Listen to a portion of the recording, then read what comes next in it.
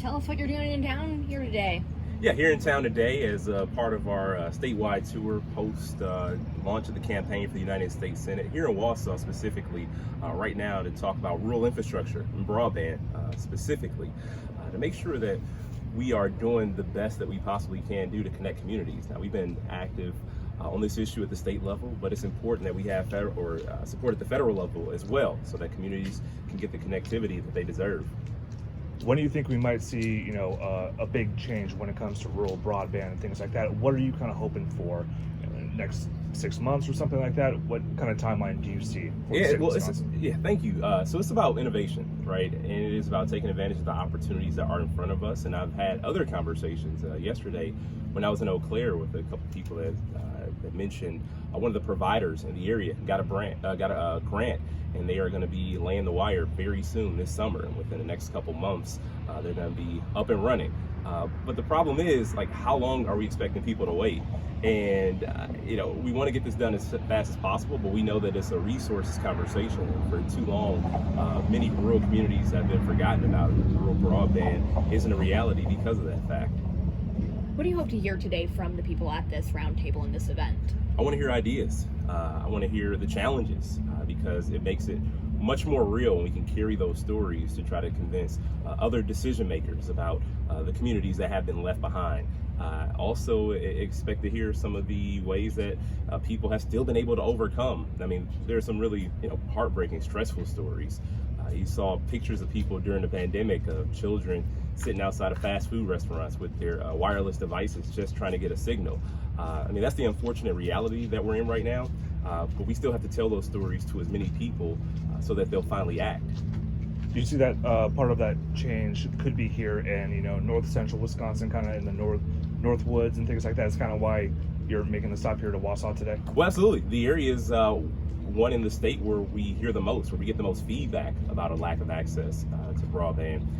This inhibits students' ability to access their lessons and education. Also prohibits a lot of people from being able to start a business. And as we see a lot of decline in population, people are choosing to go to areas where that access is possible. And speaking on the larger infrastructure issue, roads, bridges, always a part of the conversation.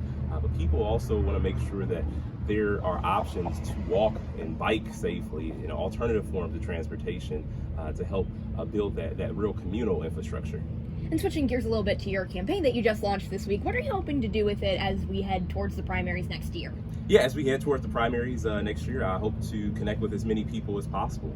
That's what I've been doing during my time as Lieutenant Governor, connecting with communities all across the state, making sure that we connect the issues, making sure that we do our best job to unite the state, because for far too long, people have tried to divide us. And they've used these false choices, these false narratives that pit urban versus rural. But we're all being challenged. That's the thing about this. And we've spent so much time, all across Wisconsin. I was very deliberate about making sure we got to all 72 counties in our first year. Glad we did it in the first year, because the second year was a little bit different. We intended to do it twice, but just obviously we're not able to due to the constraints of the pandemic. However, with this campaign, I hope to talk about not only the challenges, but a vision, a path forward for all of us in Wisconsin. Awesome. Yeah, and you kind of go into one of my questions, which is basically, how do you think being a senator is going to be or not be different from you being lieutenant governor right now? Well, absolutely. As lieutenant governor, I get to be a partner to Governor Evers. We've been through some challenges. Like the first 2 years were almost like 2 terms worth of content. And Governor Evers needs another partner in Washington, D.C. Tammy's out there basically doing it alone, while our other senator is peddling conspiracy theories and sympathizing with insurrectionists. But if Governor Evers can have another partner in Washington, the people of Wisconsin will be much better off.